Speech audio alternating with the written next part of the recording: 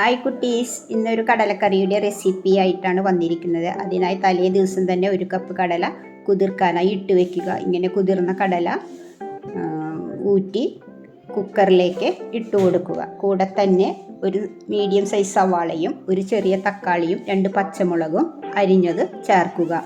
പാകത്തിനുള്ള ഉപ്പും ചേർത്ത് നികക്കെ വെള്ളമൊഴിച്ച് കുക്കർ അടച്ചു വയ്ക്കുക.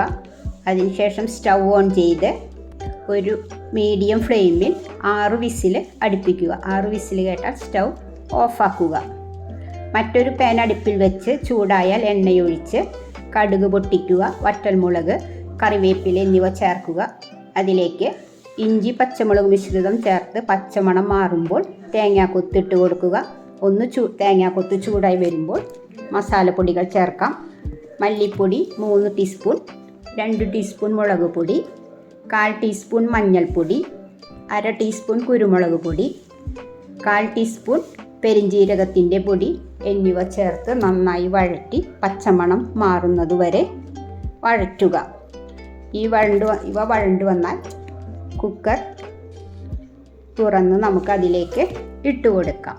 കൂടെ തന്നെ ആ പാൻ കഴുകി 1/2 കപ്പ് വെള്ളവും കൂടി ചേർത്ത് ഇളക്കി കുക്കർ വീണ്ടും അടച്ച് 3 വിസിൽ അടുപ്പിക്കുക. 3 വിസിലടിച്ച കുക്കർ ആവിയെല്ലാം പോയാൽ തുറന്ന് അതിലേക്ക് 1 ടീസ്പൂൺ ഗരം മസാല ചേർത്ത് തിള വന്നാൽ കുക്കർ ഓഫ് ചെയ്യും.